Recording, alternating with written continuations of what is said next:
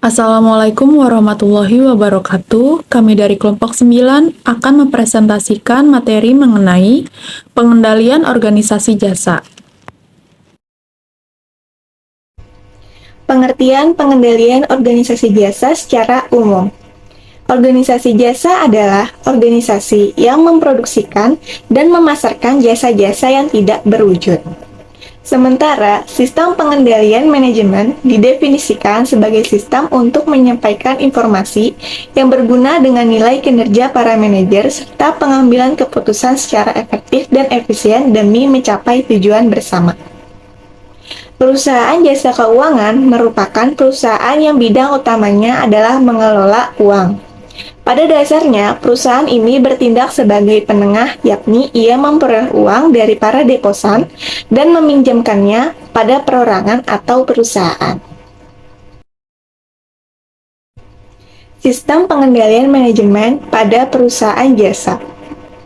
Dalam proses pengendaliannya, sektor jasa mempunyai karakteristik yang relatif berbeda dibanding dengan sektor manufaktur, yaitu sebagai organisasi yang memproduksi dan memasarkan produknya yang tidak berwujud. Sistem pengendalian manajemen yang pertama yaitu penentuan harga. Harga jual dan pekerjaan ditetapkan dengan cara tradisional di banyak perusahaan-perusahaan profesional. Kemudian yang kedua yaitu pusat laba dan penetapan harga transfer. Perusahaan nirlaba biasanya menggunakan pusat laba. Unit-unit pendukung seperti pemeliharaan, proses informasi, transformasi, telekomunikasi, percetakan, dan sejumlah material dan jasa membebankan layanan diberikan pada unit yang mengkonsumsi layanan tersebut. Kemudian yang ketiga yaitu perencanaan strategi dan penyusunan anggaran. Secara umum, sistem perencanaan strategis formal di organisasi profesional tidak berkembang sebaik di perusahaan manufaktur dengan struktur yang sama. Dan organisasi profesional tidak memiliki kebutuhan yang besar akan sistem semacam itu. Rencana strategis dari suatu organisasi profesional biasanya terdiri atas rencana pengisian karyawan untuk jangka panjang, bukan rencana penuh untuk seluruh aspek operasi perusahaan, di mana dalam suatu organisasi profesional aktiva utamanya adalah manusia. Pengendalian yang keempat yaitu pengendalian operasional. Rasio waktu yang ditagih atau billet time ratio yang merupakan rasio dari jumlah jam yang dapat ditagih terhadap jumlah jam yang tersedia, dipantau secara ketat. Jika terjadi penggunaan waktu yang sebaliknya, merupakan waktu menganggur atau untuk alasan pemasaran atau pelayanan umum, beberapa penugasan dibebankan dengan tarif yang lebih rendah dari tarif normal. Maka varians harga yang ditimbulkan harus dipantau secara ketat. Kemudian yang kelima yaitu pengukuran dan penilaian kinerja. Penilaian kinerja merupakan penilaian manusia yang dilakukan oleh atasan, rekan kerja, diri sendiri, bawahan, dan klien. Penilaian yang dibuat oleh atasan adalah penilaian yang paling umum. Karakteristik pengendalian organisasi jasa. Karakteristik yang pertama yaitu ketiadaan persediaan penyangga. Organisasi jasa berusaha melakukan penyesuaian ini dengan dua cara, yaitu yang pertama, organisasi jasa berusaha untuk meningkatkan permintaan selama periode menurunnya tingkat penjualan dengan usaha-usaha pemasaran dan konsesi harga. Yang kedua, jika memungkinkan organisasi jasa menyesuaikan jumlah tenaga kerja untuk mengantisipasi permintaan dengan tindakan-tindakan seperti menjadwalkan aktivitas pelatihan pada periode tersebut dan mengkompensasi jam kerja yang panjang selama periode meningkatnya volume penjualan dengan waktu libur di kemudian hari. Karakteristik yang kedua yaitu kesulitan dalam mengendalikan kualitas. Perusahaan jasa tidak dapat menilai kualitas produk sampai pada saat jasanya diserahkan, dan seringkali penilaian tersebut bersifat subjektif. Misalnya, kualitas pendidikan. Kualitas pendidikan adalah hal yang sulit untuk diukur, sehingga hanya beberapa organisasi pendidikan yang memiliki sistem pengendalian kualitas formal. Kemudian, karakteristik yang ketiga yaitu padat karya. Hampir semua perusahaan jasa bersifat padat karya dan tidak dapat melakukan hal semacam itu. Contohnya yaitu rumah sakit dapat menambah peralatan baru dengan harga yang mahal.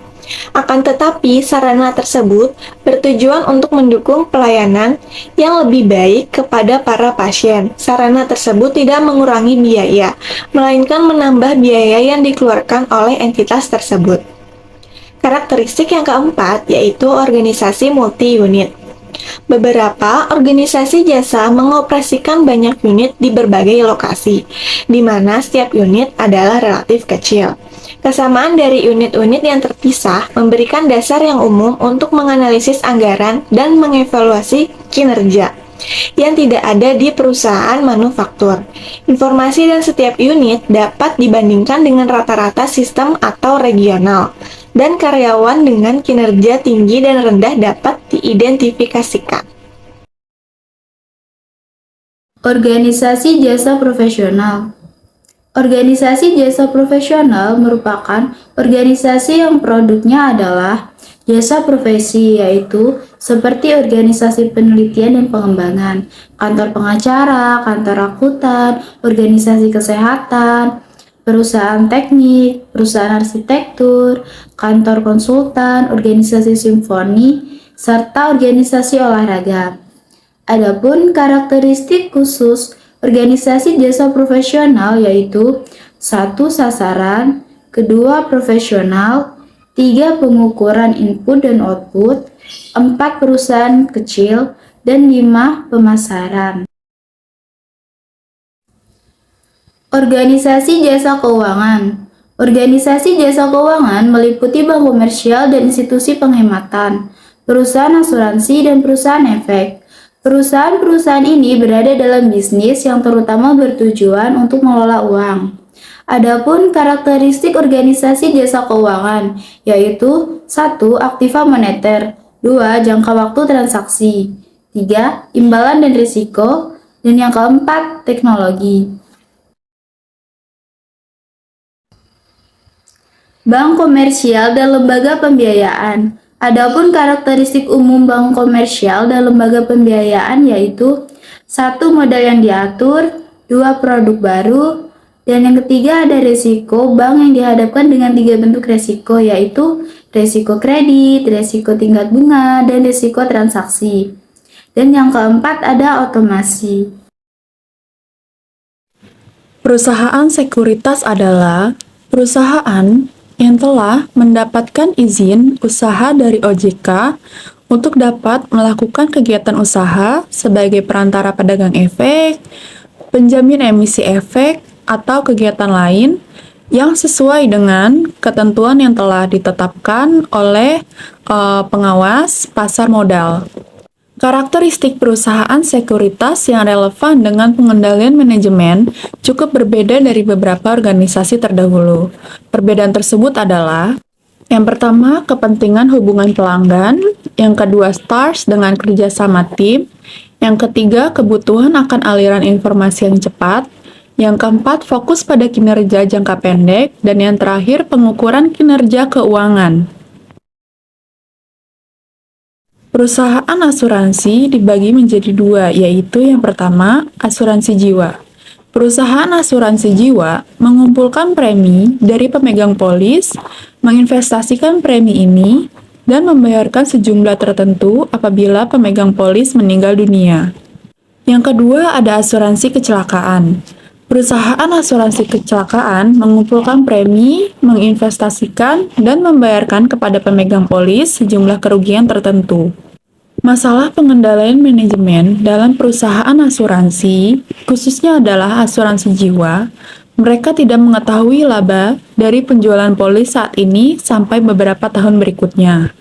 Mereka membuat premi didasarkan estimasi terbaik dari aliran masuk dan keluaran dari polis tersebut. Walaupun laba tidak segera diketahui, manajemen tidak bisa menunggu terlalu lama untuk menghasilkan keputusan pengendalian, sehingga diperlukan informasi saat ini. Sekian penjelasan materi mengenai pengendalian organisasi jasa. Kurang lebihnya mohon maaf. Wassalamualaikum warahmatullahi wabarakatuh.